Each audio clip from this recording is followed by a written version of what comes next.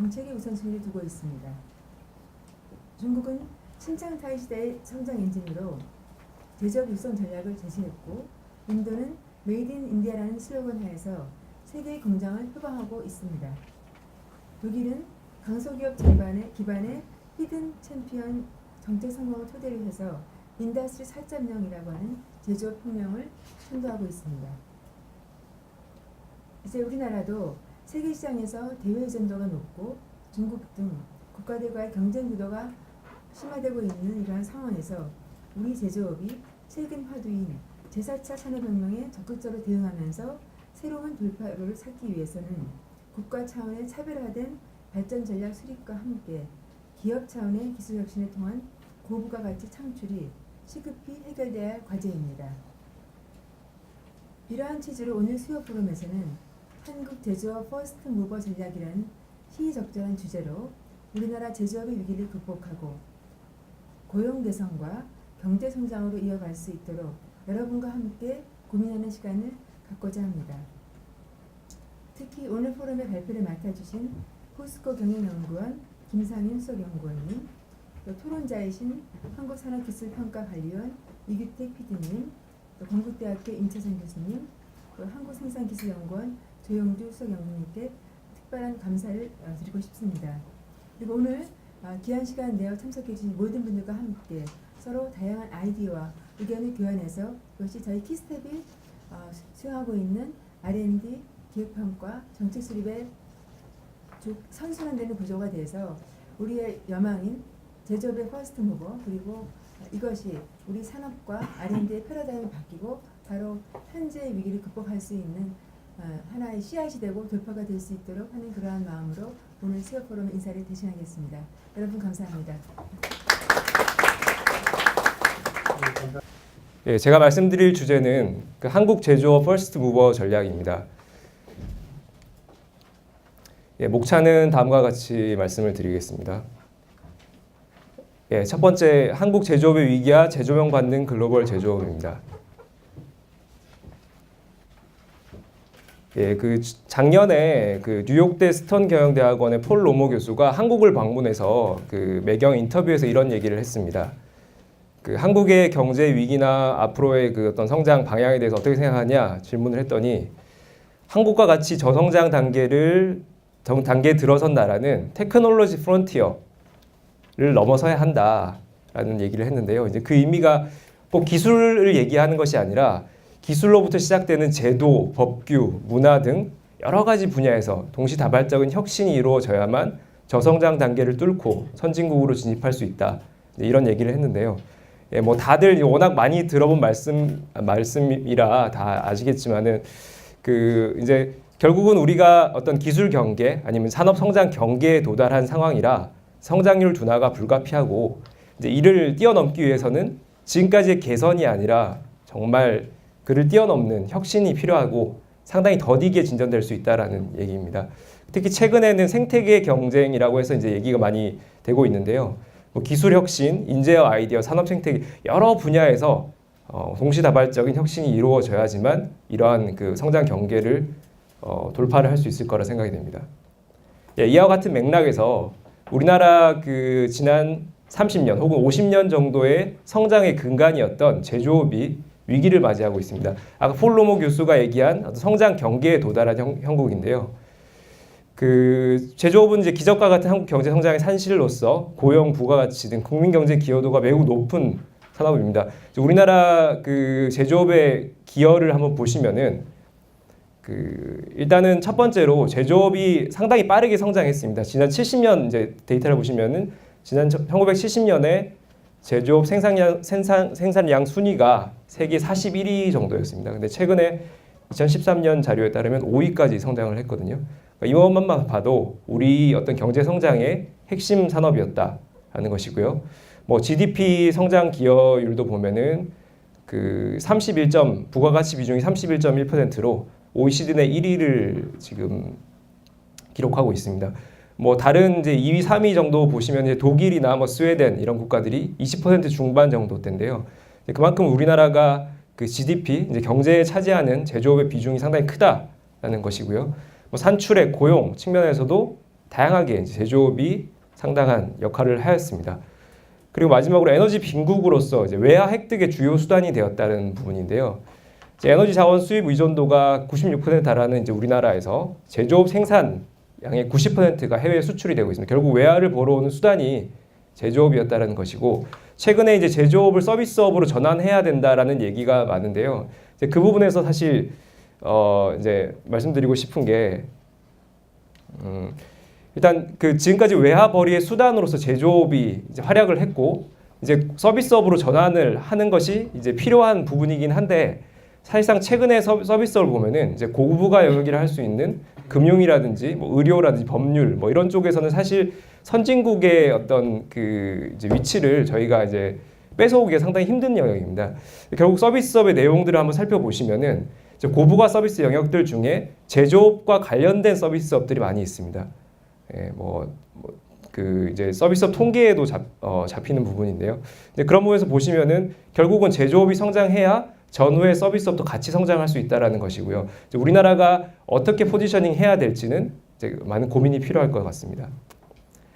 최근의 위기는 일단 첫 번째로 대외적인 상황에서 짚어볼 수가 있는데요. 저성장 국면, 여러 가지 경쟁 상황 격화 등이 있는데 90년대 제조업의 위기를 너클해커 위기라고 하였습니다.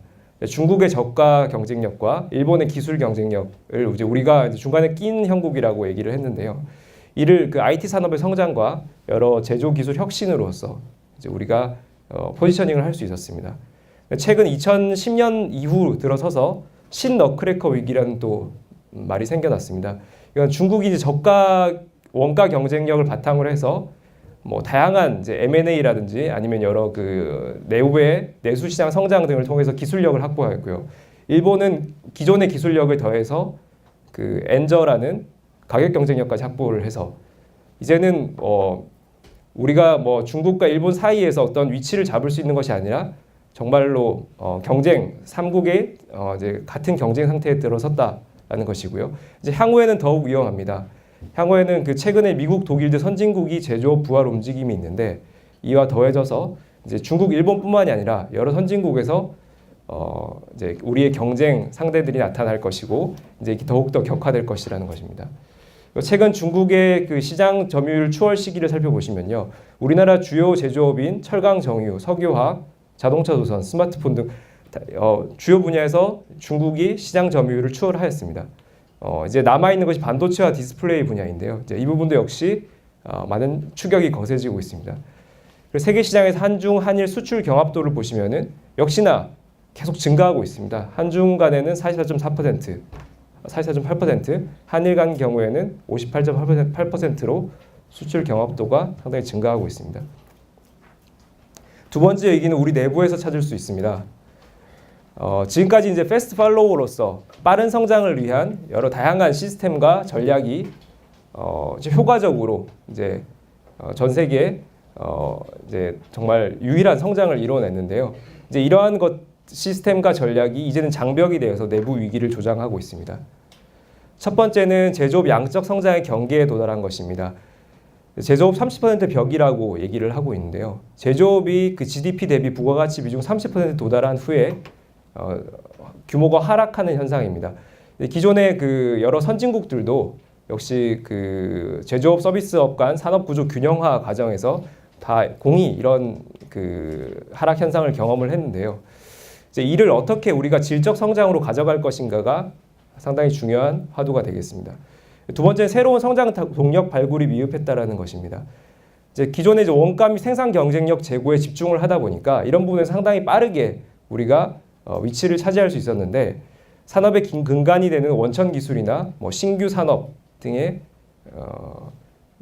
발굴이 미흡했다라는 것입니다. 특히 최근에는 기술과 지식, 융합 비즈니스 모델 등 새로운 가치가 상당히 많이 유입이 되고 있는데 우리나라는 여기 되게 소극적이라는 것입니다. 그리고 최근에 이제 글로벌 제조업 환경 변화, 이제 인더스트리 4.0, 뭐 4차 산업혁명이라는 용어로 많이 이제 그 화두가 되고 있는데 이런 새로운 룰에 적응할 수 있는 방법들이 미흡하다라는 것입니다. 세 번째는 과거 성공 방정식의 한계라는 측면입니다. 사실 저는 이 부분이 상당히 중요한 부분이라고 생각이 되는데요. 이제 과거의 성공 방정식이라고 할 수 있는 정부 주도, 대기업 중심, 자원 집중에 한계가 드러나고 있다는 것입니다. 세계 수출 1위 품목이 3년째 지금 감소하고 있고요.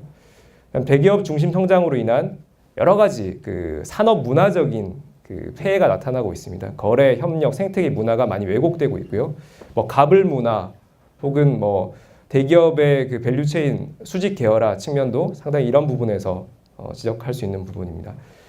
그래서 고용 창출 효과 및 혁신의 잠재 역량이 큰 중소벤처기업이 생존율이 낮다는 것이 결과적으로 나타나는 현상입니다.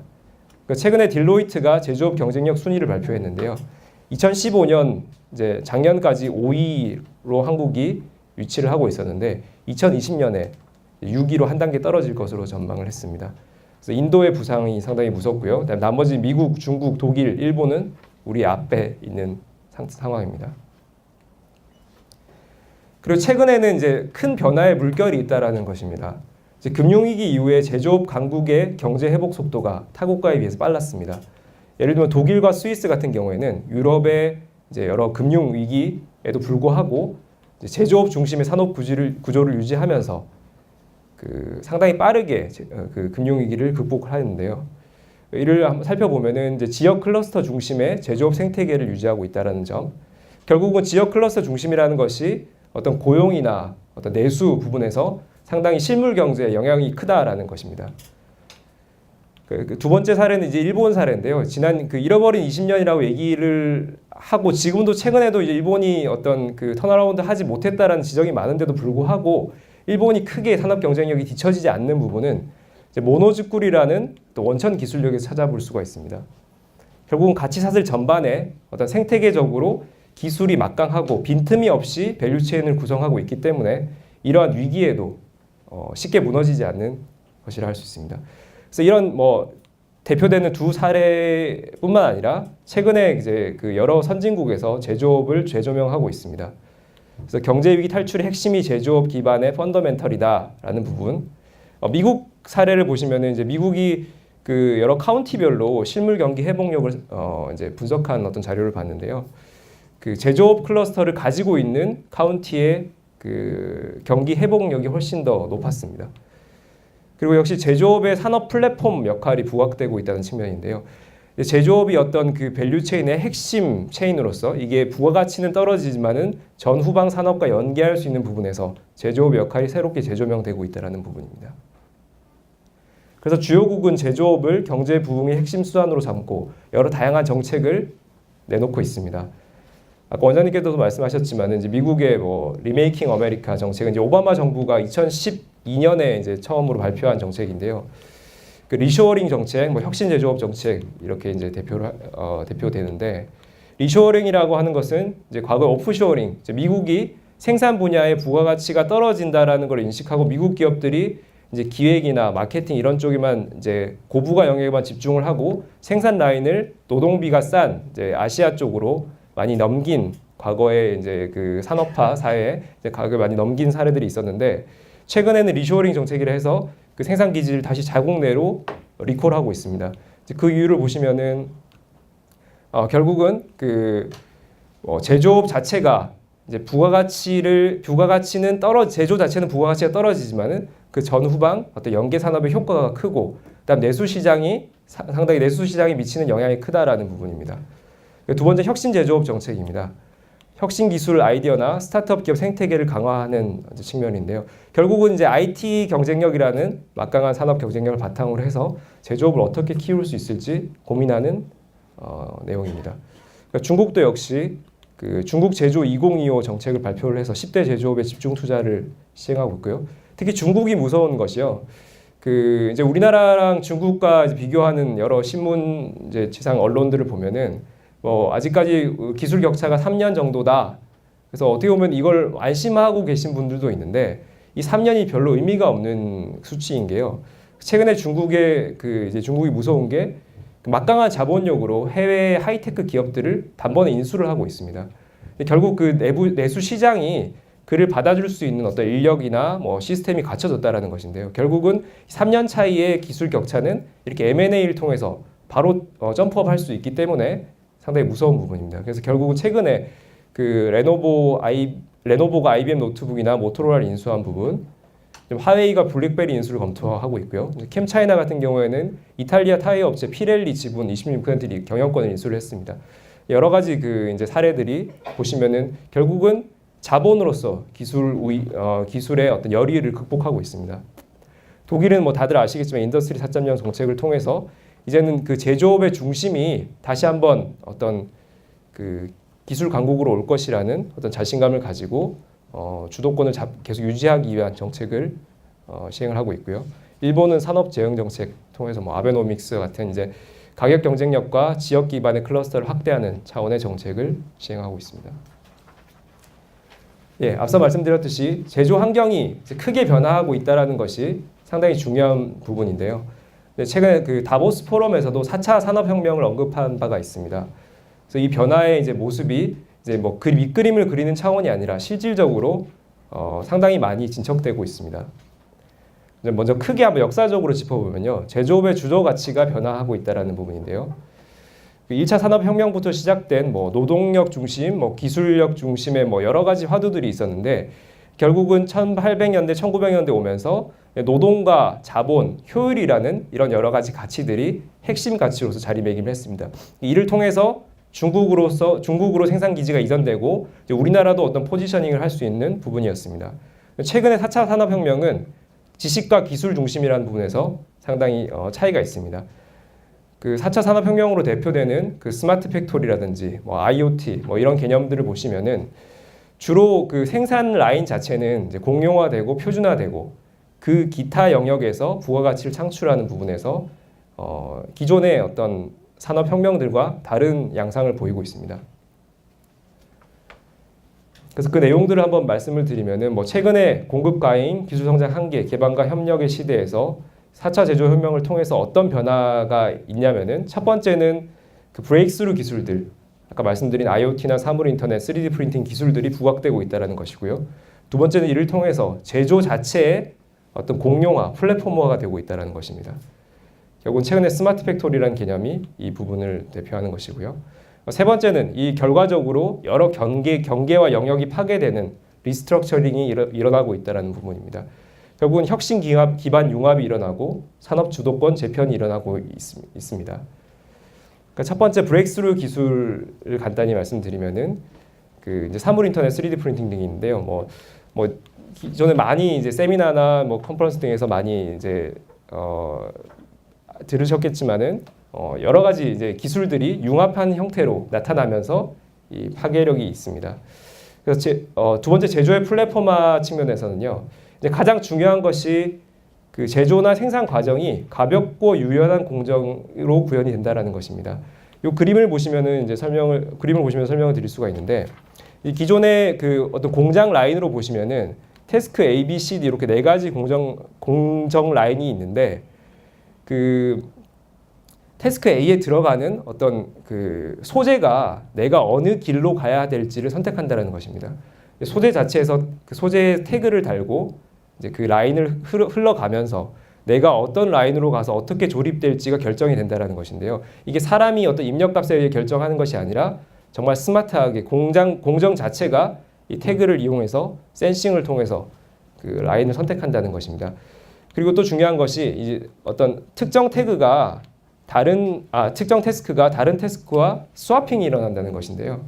결국은 우리가 뭐 이 물통을 만드는 라인과 뭐 컵을 만드는 라인이 과거에는 별도의 공정 라인에서 운영이 됐다면은 최근에는 이제 뭐 플라스틱이나 유리가 소재가 들어가면서 내가 갖고 있는 태그로서 센싱이 돼서 내가 어떤 라인을 선택해서 제품이 나올지를 자동적으로 이제 찾아간다는 것입니다. 그리고 아까 말씀드린 태스크 간의 스와핑이 일어나기 때문에 이 한 공정 라인 내에서 여러 태스크를 두고 교체가 가능하다는 것입니다.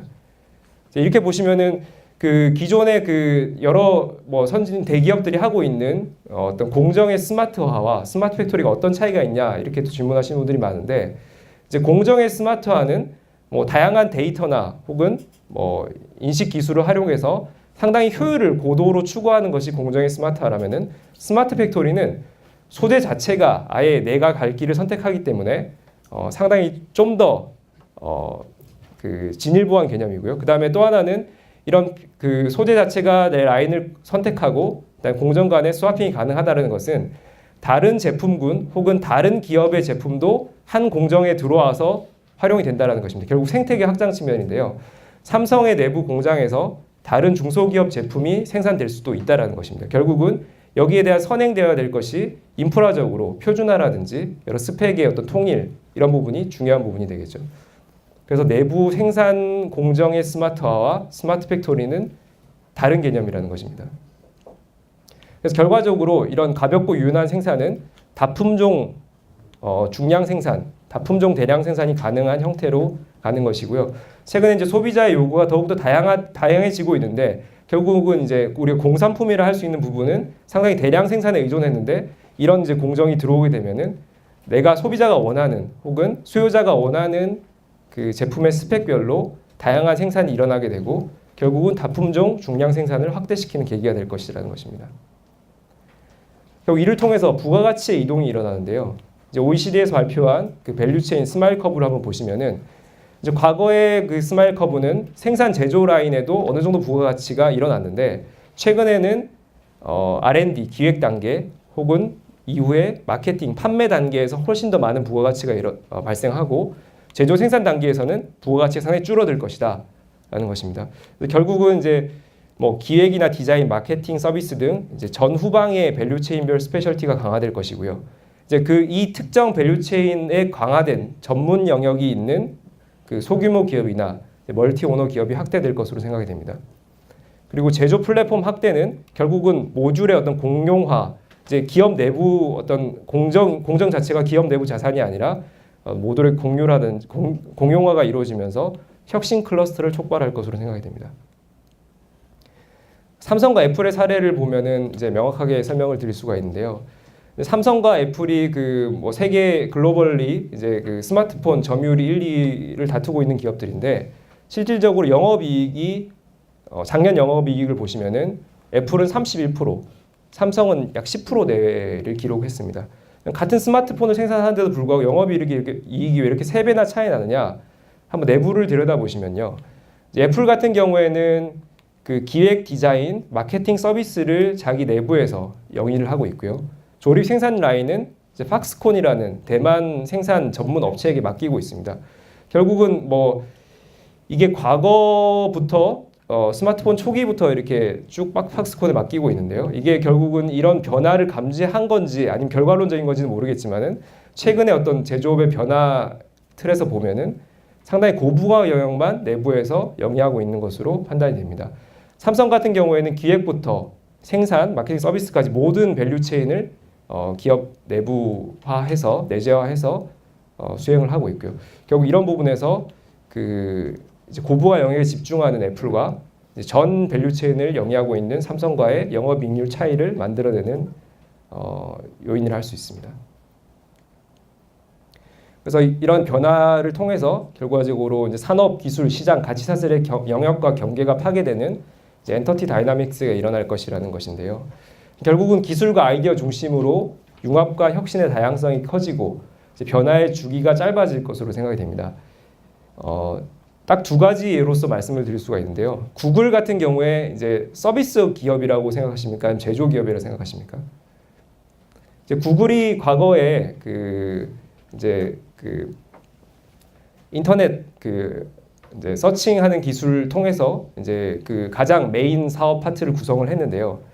결국은 서비스 기업으로 출발한 기업이 최근에 비즈니스 포트폴리오를 보면은 뭐 태양광, 물류, 자동차, 드론 등 여러 그 제조 아니면 에너지 생산까지 이제 여러 비즈니스군을 영위를 하고 있습니다. 이제 결과적으로 보면은 그 어떤 구글이라는 회사가 이제 가지고 있는 가장 큰 장점이라고 할 수 있는데요.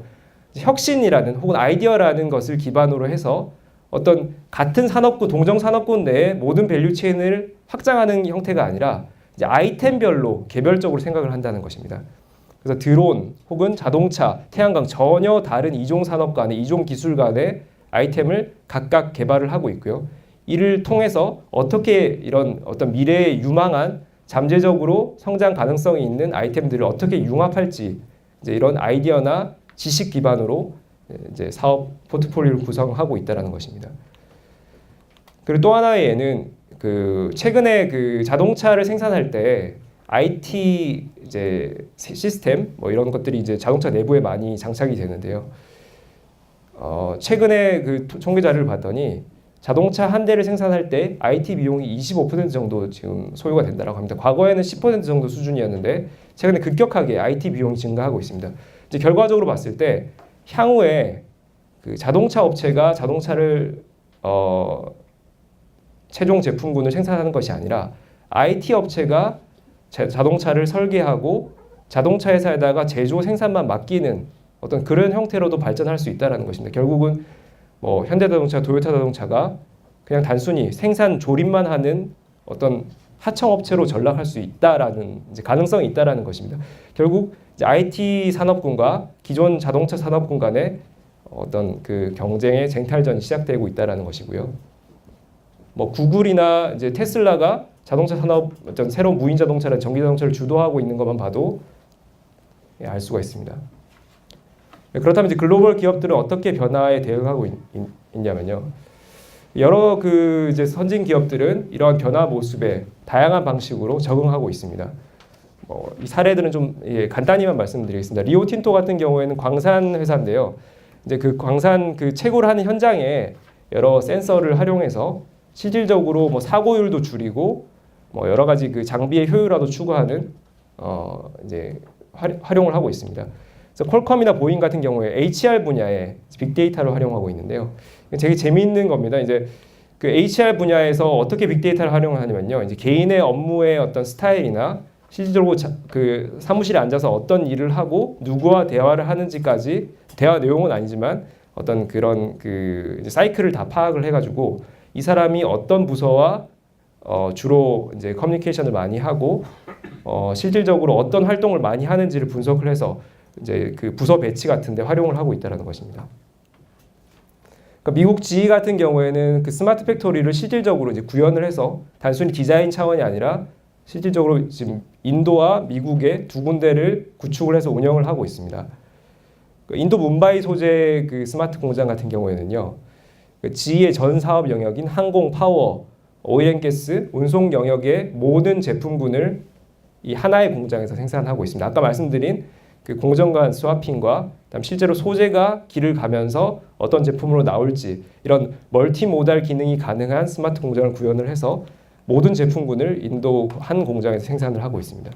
그래서 이를 통해서 동일한 인력과 공간으로 효율과 품질과 혹은 또 생태계 간의 어떤 협력이 가능한 어떤 그 환경을 구축했습니다. 롤스로이스 같은 경우에는요, 그 항공기 엔진 업체 2위 업체였는데 최근에 그 제조 영역에서 서비스화를 추구함으로써 영업이익률을 3배 정도 신장시킨 기업입니다. 그 자신들이 만든 제품군에다가 이제 서비스 그 이제 그 소프트웨어를 부착을 해서 고객에게 판매한 이후에 거기서 수집되는 정보를 다시 고객에게 컨설팅하고 애프터 서비스하는 그 비즈니스를 개발을 해서 최근에 이제 영업이익률을 신장해서 최근 10년간 그 마켓시어 2.5배를 증가시키는 그런 성과를 거뒀습니다. 최근에 아니죠. 2014년에 오바마 대통령이 이제 여기 방문을 해서 화제가 됐던 적이 있는데요. 이제 미국 실리콘밸리는 테크샵이라는 곳입니다. 이제 소위 팹랩이라고 하는 거 많이 들어보셨을 텐데 제조나 어떤 그 생산을 하나의 공정화된 이제 하나의 공용 모듈에서 생산을 하고 실제로 디자이너나 혹은 제품 기획자가 자신의 아이디어가 있으면은 이 테크샵에 가서 디자인 툴을 이용해서 자신의 아이디어를 구현을 하고 실질적으로 여기 안에 있는 고가의 생산 장비 혹은 시제품 개발 장비들을 활용해서 자신이 구현한 아이디어나 디자인을 시제품까지 만들어서 이제 고객이 유치가 되면은 대량 생산에 들어가고 이런 형태로 이제 제조와 생산의 어떤 공용화를 추구하고 있는 케이스입니다. 그래서 오바마 대통령이 여기 방문을 하고 나서 도도 케이스라는 그 태블릿 PC 케이스를 구입을 해가지고요. 하던 언론 발표에서 이게 도도 케이스라는 건데 이제 그 실리콘밸리 테크샵에 가서 내가 사왔다. 이렇듯이 우리가 이제 아이디어와 어떤 디자인 뭐 이런 기획 아이디어가 있으면은 실질적으로 누구든 생산할 수 있는 우리는 그런 산업 혁신을 추구하고 있다. 이런 그 인터뷰를 한 적이 있습니다. 상당히 이제 그 이후에 그 많은 언론에서 이제 알려지고 해서 이 테크샵이 더욱더 성장을 하고 있는데요. 이제 그 미국의 여러 지역에서 테크샵들이 생겨나고 있습니다. 우리나라도 이제 팬맵 형태들이 많이 있지만은 이렇게 좀 개방화된 어떤 생태계가 점점 더 각광을 받고 있다는 것입니다. 이탈리아 그 디자인 회사 알레시라는 데가 있는데요. 여기는 디자인 회사인데도 불구하고 디자이너가 없습니다. 그럼 어떻게 디자인을 하느냐? 외부에서 디자인안을 응모를 받아가지고 제품을 제작하고 있습니다. 이게 디자인 회사로 알려져 있지만은 내부 디자이너가 아닌 외부의 아이디어를 받아서 그 센트럴 스튜디오라는 곳에서 디자인 검토를 진행하고요. 여기서 선정된 디자인안을 자신들이 생산과 마케팅까지 해서 그 로열티를 이제 실제로 원 디자인을 만든 기획자에게 이제 분배하는 형태입니다. 결국 아까 말씀드린 그 밸류 체인의 어떤 스페셜티를 추구하는 회사라고 할 수 있습니다. 그리고 향후 삼성과 애플이 서비스 기업이 될지도 모른다는 한번 상상을 해봤는데요. 그 최근에 애플의 앱스토어 매출이 약 150억 달러에 연간 150억 달러에 달하고 있습니다. 뭐 이게 아주 큰 액수는 아니지만은 그 영업이익률 측면에서는 약 10분의 1을 이 앱스토어에서 발생시키고 있는데요. 결과적으로 애플이 어떤 자신만의 생태계를 구축하기 위해서 앱스토어라는 그 소프트웨어 어떤 플랫폼을 개발을 했지만 최근에는 이제 어떤 그 이제 배보다 배꼽이 더 큰 경우로 이 과거에 구축했던 어떤 생태계를 위한 소프트웨어 플랫폼이 실질적으로 영업이익이 상당한 부분을 차지를 하고 있습니다. 뭐 삼성이 사실 항상 소프트웨어나 이제 플랫폼 개발에 미흡해서 애플이 뒤진다라는 지적들이 많은데 애플의 성장이 상당히 무섭습니다. 그다음에 핀테크라는 이제 분야에서 또 이제 삼성과 애플이 격돌을 하고 있는데요. 그 핀테크라는 것이 이제 모바일 결제 이제 핸드폰 내에서 신용카드를 대체하는 어떤 기능을 이제 구현을 해서 핸드폰을 가지고 다니면서 결제를 하는 방식인데 삼성페이와 애플페이가 지금 양강 구도를 형성하고 시장을 확대하고 있습니다. 결과적으로 그 삼성과 애플이 그 이제 신용카드사의 수익을 어느 정도 일부 이제 가져올 수가 있고요. 그렇게 되면은 결국은 서비스 영역에서 수익이 점점 확대될 것으로 생각이 됩니다. 그래서 많은 제조기업들이 이렇게 다양한 아이디어와 어떤 기술들을 통해서 서비스업 쪽에 수익을 확대를 하고 있습니다. 다음 사례는 실리콘밸리가 이끄는 자동차 산업의 판도 변화라는 부분인데요. 그 최근에 실리콘밸리 이제 내부의 그 구성 기업들을 살펴보면은 이상하게 자동차 기업들의 R&D 센터가 많이 들어오고 있는 것을 아실 수 있습니다. 최근에 포드가 작년에 실리콘밸리 연구 혁신센터를 건립한 사례도 있는데요. 뭐 벤츠, 폭스바겐 등은 이제 과거부터 실리콘밸리 연구소를 이제 실제로 진출을 해서 그 여러 연구를 진행하고 있는데 이 내용을 살펴보시면은 아까 말씀드렸던 결국 그 어떤 무인 자동차, 전기 자동차 시대가 도래하면은 결국은 IT 비용이 자동차 생산의 많은 부분, IT 역량이 많은 부분을 차지할 것이다라는 판단에 의해서 실리콘밸리에 있는 여러 기술들을 센싱하고 모니터링하는 역할을 하기 위해서 자동차 기업들이 연구소를 실리콘밸리에 많이 진출시키고 있습니다. 그래서 이런 어떤 IT 산업과 자동차 산업 간의 경쟁 구도가 격화가 될 것이고요. 결국 이 이후에 또 어떤 영향이 있을 거냐면은 무인 자동차, 전기 자동차 시대가 열리면은 결국 사고율이 떨어지게 될 것이고요. 그럼 이제 보험사들도 상당히 이제 수익이 축소가 될 수 있습니다. 그래서 최근에 이제 글로벌 선진 보험사들인 알리안츠나 AIG 등도 역시 여러 다양한 그 커뮤니티를 이용해서 이제 보험률 어떤 새로운 책정 방식에 대한 구상을 하고 있습니다. 결국 이 제조업에서 촉발된 여러 가지 변화가 타 산업에도 이렇게 큰 영향을 끼칠 수 있다는 것입니다. 최종적으로 또 자동차 부품 업체가 사고율이 떨어지면은 부품 수리나 교환 어떤 수요가 줄어들 것이고요. 그래서 이러한 그 사고율 하락에 대비한 또 중장기 사업 전략을 개편하는 여러 작업을 하고 있습니다. 결론적으로 한국 제조업 퍼스트 무버가 되려면 하는 그 챕터를 구성을 했는데요. 사실 뭐 제가 이게 뭐 감히 결론을 말씀드리기에는 너무나 그 다양한 영역이 이제 얽혀 있기 때문에 한마디의 결론을 말씀드릴 수 없고 제가 나름 이렇게 연구를 진행하면서 새로운 아젠다, 새로운 포인트를 한번 잡아서 말씀드리는 것으로 구성을 해봤습니다. 그러니까 첫 번째 얘기는 이제 한국의 제조업 퍼스트 펭귄이 필요하다라는 것입니다. 이제 퍼스트 무버라는 그 저희 발표했던 제목과 연결이 되는데요. 퍼스트 펭귄이라고 하는 것이 남극의 여러 펭귄들이 이제 새끼 펭귄들이 어미가 물어다 주는 먹이를 먹다가 이제 좀 이제 커서 이제 내가 한번 독자적으로 먹이를 찾아다녀야 되지 않을까 하는 시기가 되면은 여러 그 새끼 펭귄들이 이제 무리를 지어서 이제 어떤 이 절벽까지 이제 간다고 합니다. 가서 이제 그 바다로 뛰어들지 말지 이제 처음 여행이니까 이제 막 주저주저 하다가 한 마리 펭귄이 딱 뛰어드는 순간 우수수 다 나머지 펭귄들이 뛰어든다고 합니다.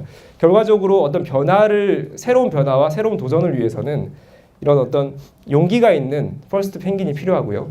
우리나라 전 산업 영역에서 새로운 시도와 혁신을 할 수 있는 어떤 주도자가 나타나야 된다는 것입니다. 뭐 그게 정부가 될 수도 있고요, 혹은 기업이 될 수도 있고요, 아니면 뭐 이제 뭐 인재가 될 수도 있습니다. 결국은 새로운 성장통이라는 부분인데요. 이제 우리나라가 중요한 부분이 더 이상 추종할 롤모델이 없다라는 것입니다. 우리가 뭐 최근에 인더스트리 4.0, 뭐 4차 제조혁명 이런 부분에서도 뭐 독일 따라가야 된다, 뭐 미국을 따라가야 된다 이런 뭐 얘기들이 많은데 사실 저는 한 가지 방향으로 가야 된다라고 말씀드리기가 힘듭니다. 이제 우리나라도 충분히 제조업 영역에서는 상당히 선진화되어 있고요. 이제 우리만의 방식을 어떻게 만들고 실제로 빠르게 시도할 것인가라는 차원의 고민을 해야 될 것으로 생각됩니다.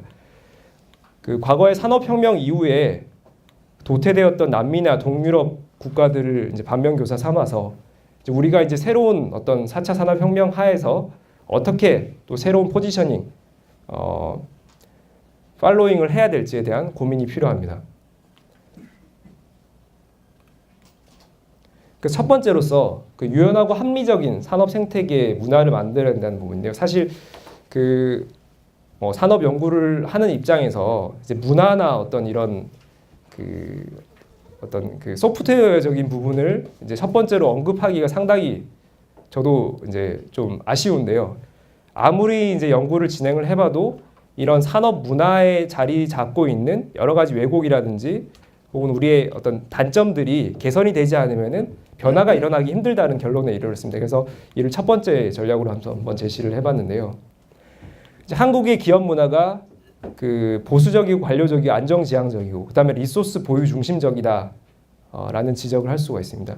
이게 과거에 아까 말씀드렸듯이 지난 30년, 50년간 발전을 위해서는 상당히 효율적이고 효과적인 방법이었음에도 불구하고 최근의 어떤 변화에는 상당히 뒤처질 수 있다는 부분입니다. 기업 문화를 개방적, 수평적, 혁신지향적, 프로세스 활용 중심적 뭐 다 좋은 말입니다. 이렇게 바꿔야 된다는 것인데요. 이제 내용을 들여다보시면은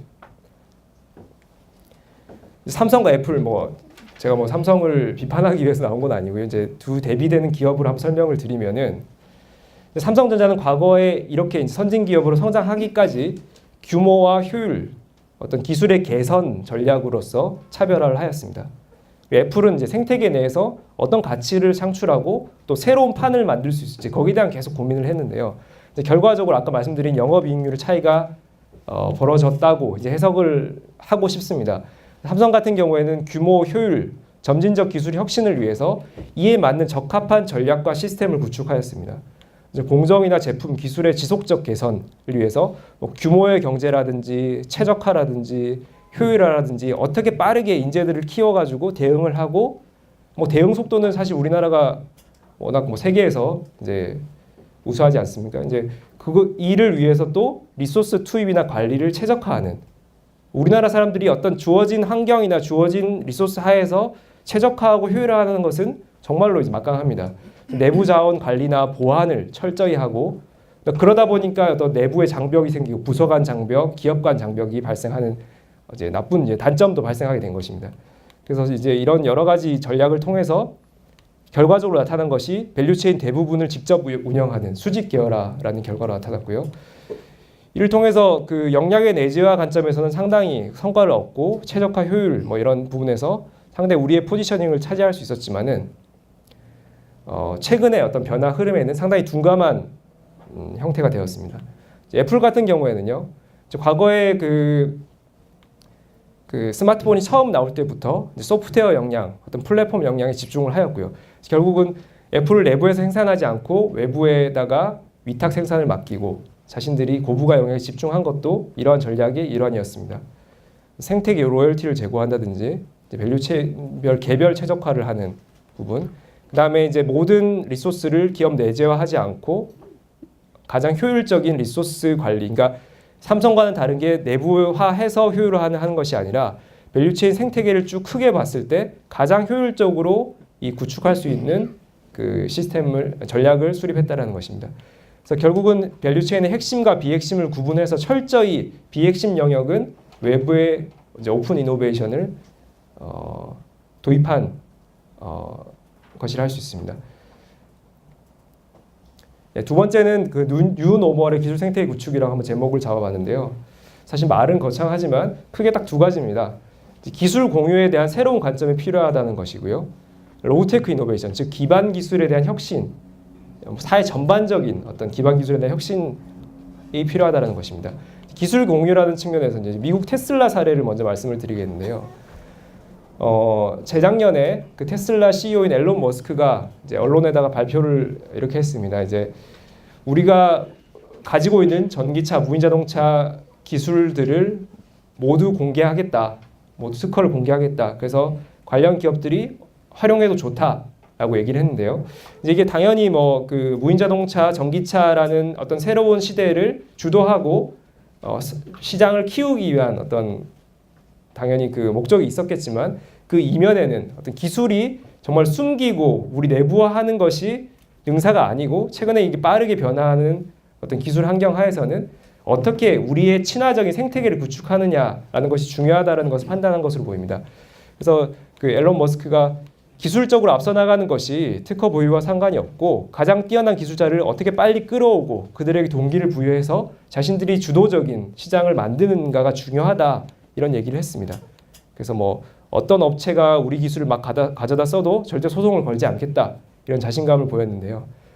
결국은 그 로열티나 기술료 수익이라는 이제 과거에 막 다양하게 뭐 화두가 됐었던 뭐 기술 특허 분쟁이라든지 뭐 이런 여러 가지들을 포기를 하고 생태계 확장을 주도하고 주도권을 확보하기 위한 새로운 선택을 한 것으로 보입니다. 그래서 이런 기술 공유라는 것이 결국은 사실상의 표준을 확보하고 시장을 어떻게 주도할 것인지 주도권을 확보하는 어떤 핵심, 어떤 방법이 될 수 있다. 모든 기술을 다 공개해라, 뭐 이런 뜻이 아니고요. 특정 영역에 대해서는 과감하게 기술을 공개하고 생태계를 키워나갈 수 있는 어떤 노력이 필요하다는 것입니다. 로우테크 이노베이션 부분에는요, 이제 독일의 그 최근 책을 통해서 좀 설명을 드리겠습니다.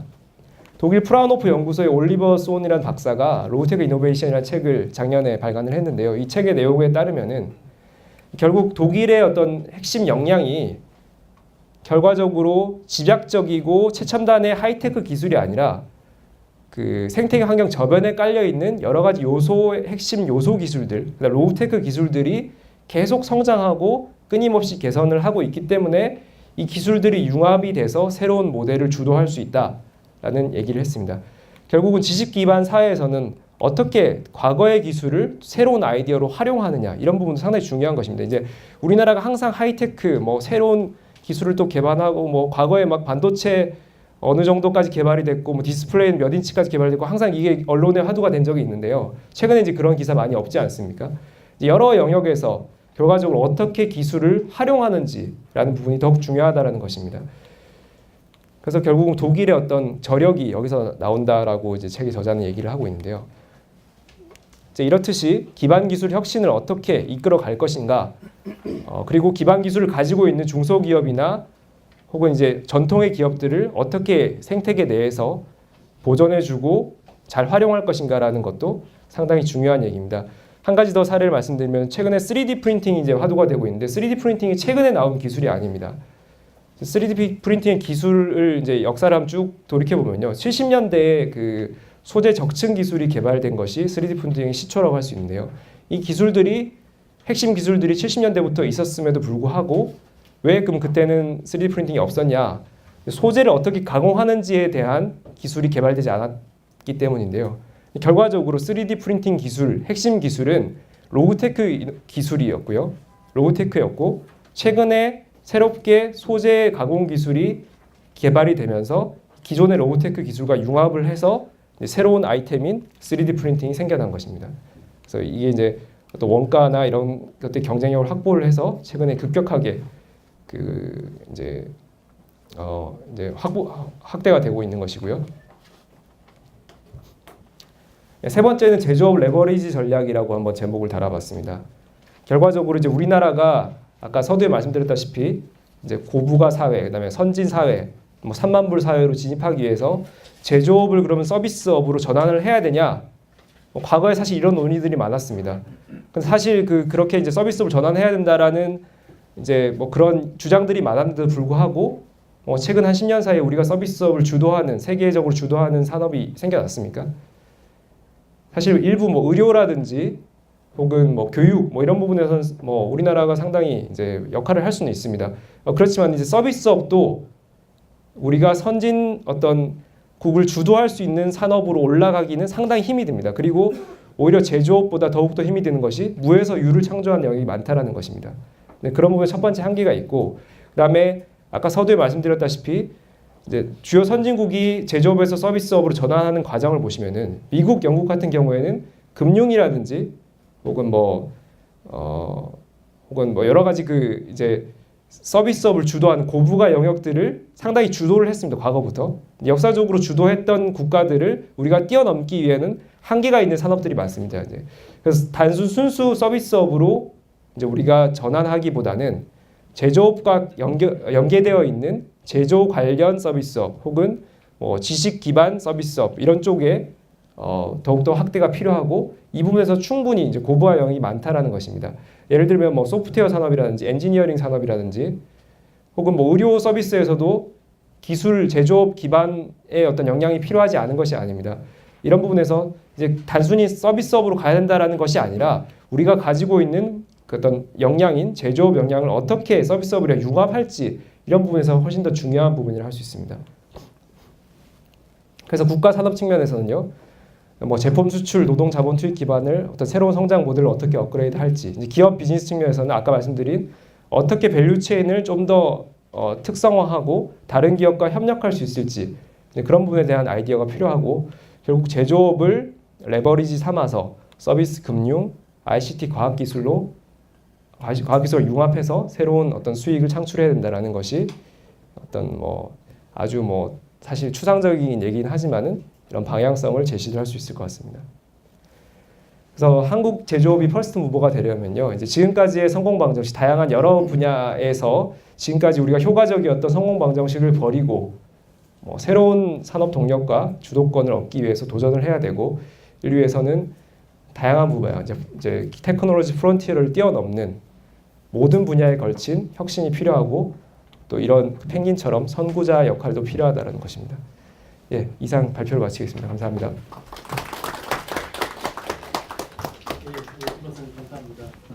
산업통상자원부에서 인베디드 소프트웨어, 그다음에 스마트 공장, 그다음에 센서 산업 이 세 가지 분야를 지금 담당하고 있는 PD입니다.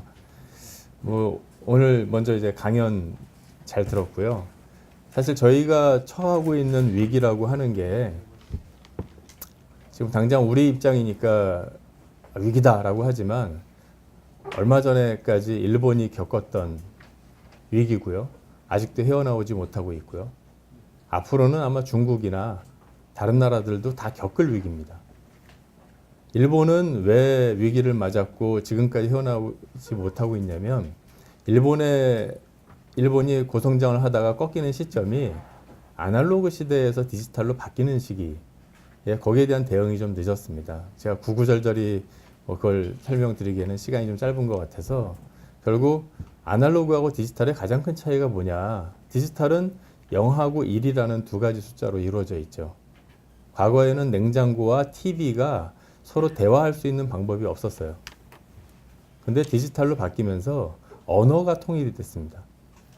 그래서 냉장고든 TV든 상관없이 인터넷하고도 묶일 수가 있고 우리가 밖에서도 대화할 수 있고 이런 식으로 환경이 바뀌었는데 장인 정신에 투철한 이제 일본에서는 좀 적용을 하는데 좀 부담이 있었던 것 같습니다. 똑같은 지금 상황을 우리가 이제 20년 전에 일본이랑 비교해서 반추해 보면 우리나라는 진작에 준비를 했었어야 되죠. 한 소프트웨어적으로 환경이 지금 급격하게 바뀌고 있고 이미 애플, 구글, 뭐 그 이전에 마이크로소프트, 오라클 등등 세계적인 기업들이 성장할 때 저희가 거기에 대해서 대응을 못했습니다. 준비도 못했고 앞으로도 이게 빨리 준비할 수 있을까 의구심도 듭니다. 일본의 예를 보면은 그게 이렇게 쉽지 않. 이 문화나 생각을 바꾼다라는 게 굉장히 어렵다는 거거든요. 혹시 그 앵그리버드라는 게임 다 아시죠? 네, 그 나라 그 게임을 만든 회사의 국적이 어딘지 아는 사람들은 생각보다 많지 않을 겁니다. 예, 아시네요. 클래시 오브 클랜즈라고 요즘에 전 세계를 강타하는 아이템 판매로 뭐 매일같이 몇백억씩 지금 수익을 올리고 있다는 회사입니다. 그 회사 역시 핀란드입니다. 희한하죠. 왜 또 핀란드가 갑자기 이렇게 소프트웨어 쪽으로 강국이 됐을까? 노키아가 망해서예요. 노키아는 스마트폰이라는 개념을 가장 먼저 선보인 회사가 노키아입니다. 한때 휴대폰으로 세계를 주름잡았었고, 근데 자기가 갖고 있는 거에 이걸 놓지 못하는 거죠. 갖고 있는 거에 매여 있다 보면 변화를 스마트폰이라고 만들었는데 결국은 휴대폰에다가 몇 가지 기능을 얹은 다음에 스마트폰이라고 주장을 한 거예요. 근데 애플처럼 그런 경험이 없는 회사는 흰 도화지에다가 스마트폰이라면 이래야 돼 라는 거를 그림을 그렸죠. 그리고 그걸 구현을 한 게 아이폰입니다. 그러고 나서 5년 만에 노키아가 망했어요. 노키아가 망하면 핀란드가 망할 줄 알았습니다. 근데 그 노키아라는 회사는 핀란드를 대표하는 굉장히 큰 기업이었기 때문에 이 핀란드의 똑똑한 친구들은 다 노키아를 갔습니다. 근데 똑똑한 친구들을 모아서 바보 같은 일만 하면 결과가 그렇게 나타나는 거예요. 근데 이제 거기서 노키아가 무너지는 바람에 똑똑한 친구들이 풀려 나왔고 지금은 핀란드가 이 중소 벤처들이 특히 소프트웨어를 중심으로 하는 벤처 기업들이 열풍이 불면서 호황입니다. 저희가 이제 뭐 삼성, 애플 좀 아까 비교도 하시고 했는데 그 좀 생각해 볼 여지가 있죠. 뭐 그건 제가 더 이상 말씀 안 드리고요. 뭐 오늘자 신문에 봤더니 구글카가 330만 킬로 주행 만에 처음으로 구글카의 잘못으로 사고를 냈다고 났더라고요. 저는 그거 보면서 야 대단하다. 330km가 아니고 330만 킬로 무사고 주행을 한 거죠. 사람은 할 수 없는 일을 한 겁니다.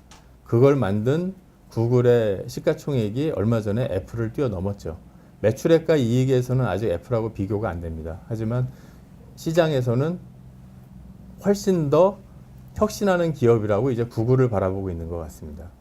애플은 이제 스티브 잡스 이후에는 어떻게든 아이폰 갖고 조금 더 벌려고 이 우리나라 대기업이랑 좀 비슷한 형태로 지금 바뀌어가고 있는 것 같아요. 그래서 애플이 갖고 있었던 어떤 혁신적인 동력이 약해지는 거 아닌가 이런 생각도 드는데 하여튼 우리나라가 지금 아까 뭐 넛크래커 요즘 그런 얘기 많이 나오죠. 샌드위치 신세다. 뭐 일본하고 중국 사이에 껴있다. 근데 저는 거기에 이렇게 사실 동의하지 않습니다. 일본만큼의 원천 기술도 없고요. 중국만큼의 저가 노동력을 베이스로 한 생산 능력도 없습니다. 그 넛크래커라고 저희가 얘기하는 거는 지나치게 우리를 높게 평가하는 거예요. 그럼 우리가 뭘 잘하느냐? 뭐 그렇다고 또 비하할 수는 없죠. 사실 그 삼성전자 반도체 라인을 가보면 감동적입니다. 눈물 날 정도로 멋있어요. 근데 자세히 보면 거기 있는 장비들은 다 일본산 아니면 독일산입니다. 그럼 이제 궁금증이 들죠.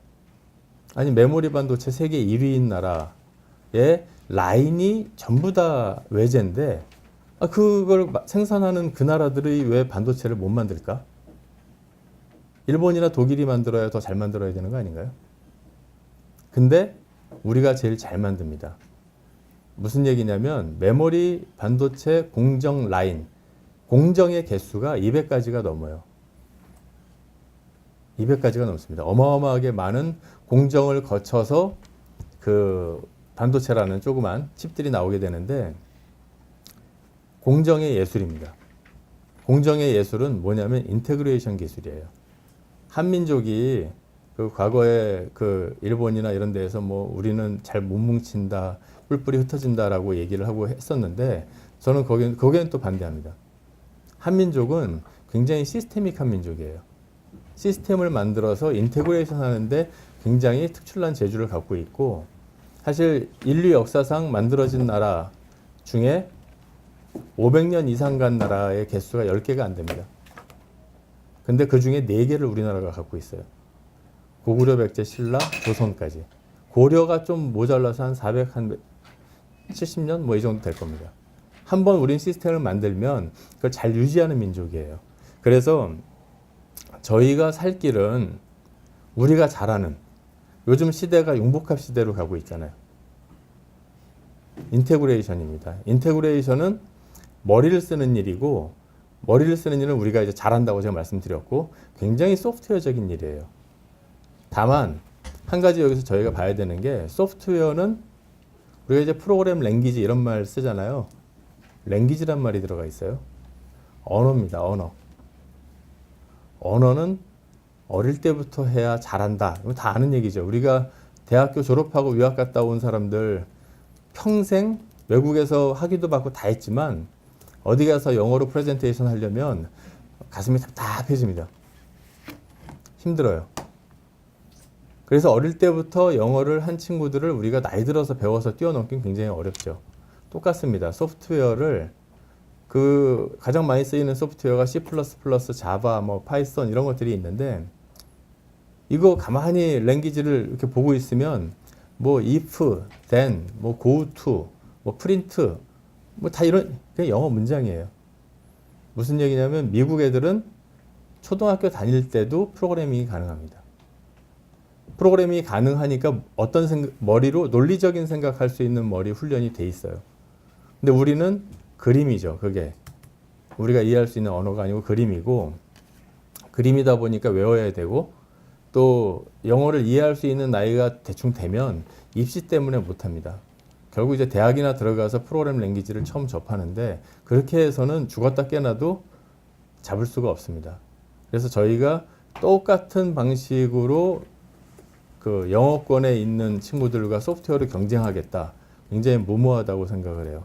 차라리 한글 랭귀지를 만들어서 저희가 하지 않는 이상에는 그래서 그러면 우리는 어떤 걸 해야 되느냐. 그래도 우리가 지금까지 성장한 방식이 대규모 장치 산업을 근간으로 하는 제조업으로 성장을 했는데 제조업을 베이스로 그 제품 안에 들어가는 소프트웨어 그거를 해야 됩니다. 저희는 직접 소비자하고 언어로 소통하는 무슨 뭐 그룹웨어라든가 뭐 포털이라든가 이런 식의 소프트웨어 갖고는 승산이 없어요.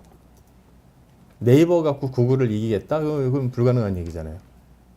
하지만 제품 안에 들어가는 소프트웨어를 해서 우리 제품의 부가가치를 더 높이는 게 뭐 살 길이 아닌가 뭐 그런 생각을 합니다. 이 흐름으로 봤을 때 우리나라가 이대로 가면 망하겠구나. 혁신 관련 디지털화가 완성이 되는 시점이 온 겁니다. 2년 전에. 그래서 그때 이제 막 동분서주하다가 이제 뜻이 맞는 사람들을 중심으로 해서 만들었고요. 여기에 취지는 이제 그 4차 산업혁명의 그 인사이트 발굴을 하고, 그다음에 저희는 인더스트리 4.0 리더 국가가 되기 위해서 글로벌 포럼을 해야 된다고 봅니다. 그래서 그걸 이제 추진하고 있고요. 그래서 핵심은 민간 중심의 인더스트리 4.0, 특히 사람의 중심이 되는 고용을 굉장히 이제 걱정을 많이 하는데 그런 쪽에 초점을 두고 있습니다. 좀 이제 그 토론의 메모를 제가 메모한 걸 좀 말씀드리면은 김상윤 연구원님 그 굉장히 내용이 좋고요. 인사이트한데 이제 이 부분에 대해서 좀 더 이제 저희들이 이 발표의 의미라면은 프론티어 개념을 한번 고민을 해봤다. 그리고 굉장히 현실감 있는 이런 이제 고민을 해봤다는 의미가 있을 것 같고요. 그런데 이제 이거를 좀 더 이제 고민을 이제 익히려면은 이러한 접근은 우리나라가 큰 나라이거나 또는 세계적인 어떤 선도적인 국가 어떤 기획 역량 이런 게 갖춰졌을 때 가능한 게 아니냐. 그래서 우리나라의 경우에는 오히려 이러한 경우에는 이제 세계적으로 어떤 글로벌 생태계를 구축해 나가는 현황이고 현재 이럴 때 보완적 생태계 이런 접근을 취해야 되지 않느냐 이런 게 좀 보여지고요. 특히 저희 나라는 중규모 국가이기 때문에 글로벌 서플라이 체인의 변화에 대해서 신경을 쓸 필요가 있습니다. 그래서 이거에 대한 고민을 해야 되는데 특히 이제 여기 발표 내용을 보면 이제 제조업을 레버리지하는 이런 접근이 있는데 굉장히 훌륭하지만은 저희가 고민할 거는 혹시 이게 족쇄가 될 수 있는 건 없는지 이런 고민이 필요하다고 보여집니다. 그래서 이 관련해서 이제 좀 더 코멘트를 좀 좁혀보면요. 저는 이제 5년 내에 앞으로 올 4차 산업혁명에 초점을 맞추고 이 과정에서 우리나라가 직면한 거에 어떤 대응 방향의 핵심 문제가 뭔지를 말씀을 드리자면은 우선은 이제 현재 이 5년 내에 재편될 어떤 혁명이라고 하는 게 역량 소실 혁신이라고 하는 겁니다. 그러니까 우리가 땅을 달리다가 이제 바다가 오면은 수영을 잘하는 사람이 이기겠죠. 그러하듯이 지금 현재 나타나는 거는 소프트웨어, 정밀적 소재 이런 쪽이 강한 국가가 이제 제조업의 리더가 되는 이런 룰 오브 게임이 완전히 바뀐 상황에 직면하고 있습니다. 그럴 때 이럴 때 이제 나타나는 현상은 기업들의 어떤 전략이나 정책을 기존 방식으로 전략을 이제 추진하게 되고 이럴 때 부조화 현상이 나타난다고 하는 겁니다. 대표적인 예로 한 가지 예를 들어보면요. 세계적으로 10년 동안 어디티브 매니팩처링이라고 하는 거를 국가 전략으로 연구를 해왔습니다. 선진국들이. 근데 우리나라는 아직도 3D 프린팅이라는 말을 씁니다. 어디티브 매니팩처링이라는 말이 익숙하지 않을 정도입니다. 이건 뭐냐면은 그만큼 우리가 이런 현실을 진단할 때 기존의 패턴대로 가고 있다라고 하는 겁니다. 예를 들어서 지금 우리나라 대기업의 모 기업에 가면 3D 프린터가 생산 라인에 5대가 설치되어 있습니다.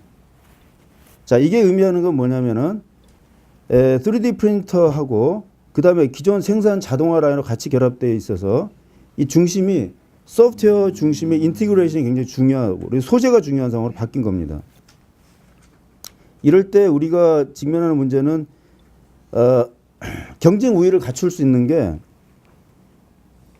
상대적으로 우리가 강한 것을 쓸 수 있는 게 없는 겁니다. 우리가 강한 거는 지금까지 조립, 그 다음에 아까 말씀하신 그 인티그레이션, 그 이규택 PD님 말씀하신 또 밤새워서 빠르게 일할 수 있는 어떤 대졸 인력들, 이런 인력들인데 이 인력들이 경쟁 우위를 구축할 수 있는 힘을 발휘할 수가 없게 됩니다. 이걸 이제 하이브리드 제조 방식이라고 하는데 이 하이브리드 제조 방식에서 경쟁 우위를 구축할 수 없게 됩니다. 이런 게 역량 소실혁신이죠. 자, 그런데 우리나라의 경우에는 이 지금 현재 이미 10년 전부터 준비되어 갖고 이미 이제 가시화됐습니다. 이런 상황에서 우리나라에서 지금 제조업 3.0에서 하고 있는 것은 가장 중요한 프로젝트 스마트 팩토리입니다. 자, 스마트 팩토리를 보시면 우리가 정책적으로 얼마나 기존 패턴에서 핵심을 현상에서 일어나고 있는 것을 못 보고 있는가를 잘 알 수 있습니다. 뭐냐면 자, 이와 같이 큰 변화에서 대기업은 헤쳐나갈 수 있다. 그러니 중소기업을 도와주기 위해서 스마트 팩토리를 해야 된다는 겁니다. 아닙니다. 그거는 전혀 맞지 않습니다. 그러니까 기존 정책이 안정된 환경 하에서 대응하는 패턴을 두고 정책이 지금 얘기하는 겁니다. 지금 그게 아닙니다. 안정된 환경이 아니고 쓰나미가 몰려오고 있는 겁니다. 5년 내에 쓰나미. 지금 현재 당장 지금 와 있습니다. 그게 뭐냐면은 자, 지금 현재 하이브리드 매니팩처링은 저기 글로벌 기업들이 다 지금 실험을 하고 있습니다. 우리나라 기업은 아직도 안 하고 있습니다. 하려고 막 하고 있어요. 왜 그러느냐? 이게 주로 적용되는 게 고가의 프리미엄 제품이기 때문에 그렇습니다. 대량 생산 쪽이 아니에요. 그러니까 당연히 안 할 수밖에 없죠. 그럼 괜찮지 않느냐? 오케이. 그러나 이 기술이 하버드 비즈니스 리뷰 5월에 작년 5월에 보면 표준 제품 생산까지 5년 내에 온다라고 보고 있습니다. 그 아주 컨서버티브한 예측이에요. 그러면 이게 S커브를 타고 대량 생산 쪽 이동합니다. 우리나라 대기업 그다음에 투자 안 했죠? 오는 거 보고 그때 되면 투자한다고요. 그때 올 때는 아까 이규택 PD님 말씀 잘하셨지만 애플과 삼성의 경쟁에서 가장 큰 차이는 애플은 신비즈니스 모델을 간 것이고 노키아는 구호 비즈니스 모델을 간 것입니다. 앞으로 오는 거는 신제조 방식은 신비즈니스 모델과 같이 오는데 그때 기계사 와서 대응하다가 할 때 이미 게임이 끝나버린 때입니다. 그러니 지금 이제 우리나라 대기업은 추격 당하는 조건에 있습니다. 이미 중국에는 이걸 이미 실험을 하고 있습니다. 그런데 이미 정책적으로도 대기업은 할 수 있다는 패러다임에 갇혀서 중소기업 스마트 팩토리 프로젝트를 하고 있습니다. 이게 이미 이 기본적으로 4차 산업혁명에 대한 진단에 있어서 전형적으로 이 추격 전략에서 나타나는 전형적인 패턴입니다. 그래서 제가 시간을 지켜야 되는데 한 3분 남았습니다. 그래서 또 하나 문제는 뭐냐면 GE나 지멘스가 자꾸 우리한테 콜을 하고 있습니다. 왜냐? 글로벌 서플라이 체인에서 있어서 플랫폼 중심이기 때문입니다. 우리한테 붙으라는 거예요. GE는 프릭스입니다. 우리나라 중공업이나 이런 쪽이 그쪽으로 편입되지 않으면 글로벌 서플라이 체인에 못 들어갑니다. 그런데 현재 이게 들어가기 위해서는 다시 말해서 이 소프트웨어, 정밀제, 소재, 비즈니스 모델 이런 것들을 글로벌리 되는 걸 보고 거기에 올라붙어야 됩니다. 근데 그런 거에 대한 어떤 정책적인 흐름이나 전략적 흐름이 보이지 않고 있습니다. 안 하면 우리가 거기에 배제되게 되고 그건 IBM 보고서가 이미 수년 전에 이미 다 분석이 완료된 겁니다. 글로벌 서플라이 체인 변화가 일어난다. 3D 프린팅과 IoT 그다음에 모듈화 이쪽 때문에 그렇게 된다. 그런데 여기에 붙지 못하게 될 경우에는 중소기업도 마찬가지가 되게 됩니다. 이거는 앞으로 5년 내로 봤을 때 굉장한 위기입니다. 그런데 지금 현재 그러면은 우리가 지금 이제 퍼스트 무버 얘기했지 않습니까? 퍼스트 무버에 대해서 한 가지 제안만 하고 마치겠습니다. 지금 세계적으로 신제조 혁신, 하이브리드 매니팩처링 방식 또는 스마트 제조 방식을 실험을 하고 있습니다. 중국의 경우에는 야오닝성에 독일 업체를 대거 들어와서 가장 선도적인 인더스트리 4.0 그 팩토리가 가동이 되고 있습니다. 우리나라는 이 신제조 방식이나 신제품 혁신 방식에 있어서 세계적인 리더가 될 수 있는 역량을 안 갖고 있습니다. 우리는 추격하기도 바쁩니다. 그럴 때는 외국이 우리나라에 들어와야 됩니다. 외국이 우리나라에 들어오고 이런 과정에서 글로벌 프론티어에 우리 이규택 PD님이 정말 말씀 잘하셨는데 제조를 잘하려면 인티그레이션이 중요하겠죠. 그러면 인티그레이티드 매니팩처링 방식에 대한 실험을 해야 됩니다. 제조업, 중소기업을 가릴 때가 아닙니다. 그래서 이런 기존 정책 패러다임의 잘못된 부분을 현장 중심으로 진단을 하고 이거에 따른 어떤 대응 방식 이런 것들을 좀 고민해야 되지 않느냐. 참고로 말씀드리면 이 하이브리드 제조 방식에 대해서는 나라 경제의 3월호에 제가 기구한 내용 중심으로 말씀드렸습니다. 감사합니다.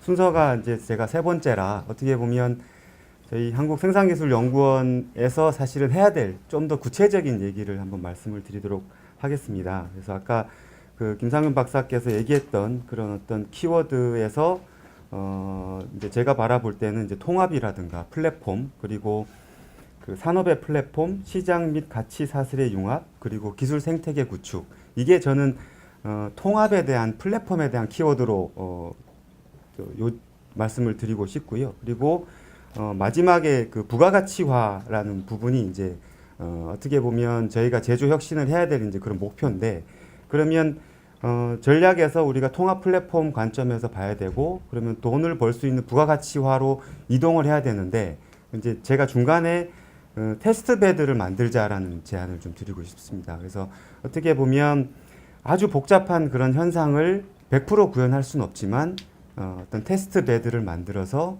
그런 그 시장 가치 사슬 융합이 최대한 반영될 수 있는 그런 테스트 베드 구축이 중요하다. 그래서 이제 제가 말씀드리고 싶은 요지는 뭐냐면 우리가 제조 어떤 퍼스트 무버 전략이 되기 위해서는 통합 플랫폼이 필요한다.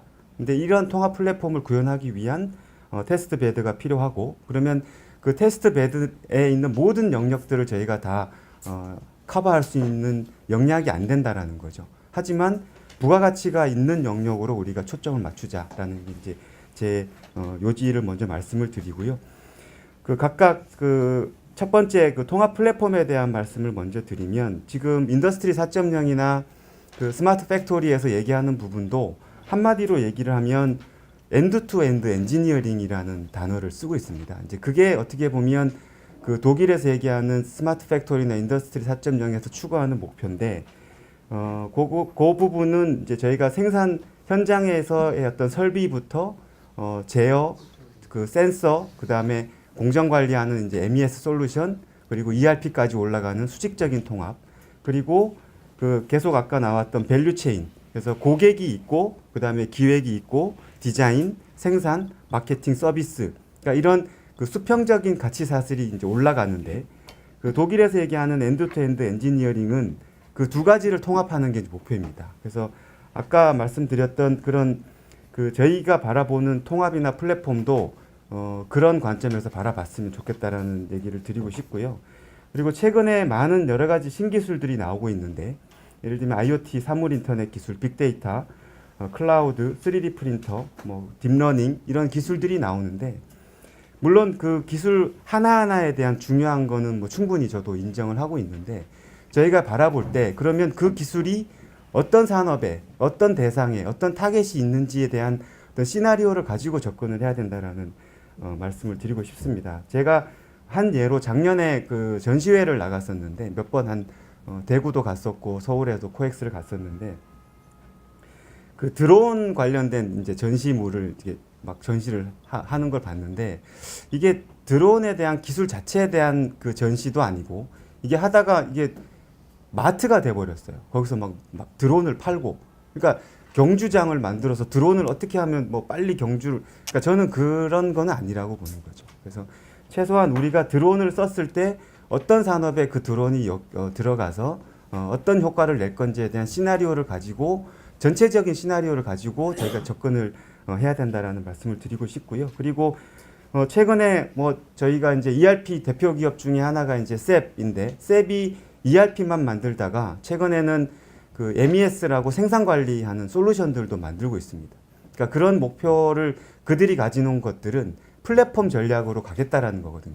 그래서 ERP하고 MES라는 솔루션 두 가지를 가지면 한 기업의 모든 정보를 다 가지는 이제 그런 어떤 전략이라는 이제 그런 부분들이 있고, 그래서 어쨌든 저희도 그런 통합 플랫폼 개념으로 접근을 해야 된다라는 말씀을 드리고 싶고, 이제 그런 차원에서 최근에 이제 테스트베드 구축에 대한 부분들이 지금 국내에서도 분야별로 나오고 있습니다. 그래서 실례로 그 최근에 조선비즈에 그 지금 기고되고 있는 기사인데, 테스트베드 코리아라는 그 제목으로 지금 신문이 지금 한 2편 정도 지금 나온 걸로 알고 있는데, 그 기획 시리즈는 이제 1년 동안 지금 진행하는 걸로 알고 있습니다. 이제 그 첫 번째 기사에 나왔던 내용이 뭐냐면, 우리나라가 CDMA를 잡을 수 있었던 건 뭐냐면, 우리나라의 테스트베드를 만들어 놓고 전 세계에 있는 모든 나라들이 요런 기술들은 한국에 가서 테스트를 해볼 수 있겠구나라는 그런 전략으로 갔다라는 거죠. 그래서 조선비즈에서는 이제 다양한 분야의 그런 테스트베드에 대한 부분들을 지금 그러니까 기획하고 있는데, 그러니까 마찬가지로 이제 저도 정부 R&D를 지금 진행하고 있는 부분들이 있는데, 저희가 스마트 공장 관련된 아까 말씀드린 엔드-투-엔드 엔지니어링을 요소 기술별로 통합하는 것들을 저희가 구미에 지금 만들고 있습니다. 그래서 실례로 모터 라인을 만들고 있고, 그리고 조금 생뚱맞긴 하지만 이제 봉제 라인을 저희가 또 만들고 있습니다. 그래서 단순히 재봉기 만들어 놓고 하는 게 아니라 실제 봉제기에서 나올 수 있는 센서를 게더링하고, 그런 부분들을 MES로 올리고 ERP를 가져가고, 그리고 그 윗단의 수평적인 어떤 가치 사슬 개념에서 어떤 그 솔루션들을 저희가 통합하는 일들을 하고 있습니다. 그래서 저희가 하는 목표는 그런 테스트 베드를 만들어서 어떤 요소 기술들, 특히 ICT 기술들을 단위 기술로 바라보는 것들이 아니라 실제 어떤 그 상황들을 저희가 검증해 보는 용도로 저희가 만들고 있습니다. 그리고 이제 마지막으로 이런 그 전체 엔드-투-엔드 엔지니어링이나 플랫폼 전략으로 가게 되면, 우리가 뭐 아까도 이제 말씀을 그 김상현 박사께서도 얘기하셨지만, 모든 기업들이 중국 특히 이제 M&A 전략으로 가고 있다라는 그런 부분들도 있습니다. 그래서 저희도 그런 전체적인 어떤 판을 가지고 가는 전략은 맞지만, 거기서 이제 부가가치가 있는 부분으로 가야 된다라는 그런 전략이 필요한데, 그 부분도 최근에 그 서울대 교수님 한 20분 정도의 공대 교수님들이 이제 책을 썼는데, 그 축적의 시간이라는 책이 있습니다. 거기서도 이제 말씀하시는 요지가 뭐냐면, 제품 설계 R&D 그리고 엔지니어링 기술을 우리가 확보하자라는 겁니다. 그러니까 단순히 그 저희가 물건을 만드는 생산성을 올리는 그런 전략이 아니라 정말 돈 벌 수 있는 부가가치가 있는 전략이 이제 그 축적의 시간이 필요하고, 그래서 한순간에 우리가 글로벌 그 제조 국가들, 기업들을 가진 기업 국가들이 확보한 그런 경쟁력을 한순간에 확보할 수 없다. 하지만 어떤 그런 저희가 큰 전략을 가지고 좀 축적의 시간을 가지면서 그런 전략을 확보하자라는 이제 그런 그런 책에서도 이제 말씀을 하고 있는데, 저도 충분히 그런 부분들을 동의를 하고, 그리고 저희가 이제 그런 부분들을 하기 위해서는 실제 그 서비스에 대한 부분들을 좀 더 그 제품에 관련된 서비스로 저희가 말씀을 드리고 싶습니다. 그게 바로 어떻게 보면 엔지니어링이고 제품에 대한 어떤 그 R&D 기획 능력을 키우는 부분인데, 예를 들면 최근에 이제 PSS라고 프로덕트 서비스 시스템이라는 얘기를 합니다. 그래서 저희가 아까 말씀드렸던 제품 가치 사슬에서 이제 기획, 디자인, 조립 뭐 이런 그런 그 가치 사슬을 저희가 뉴 프로덕트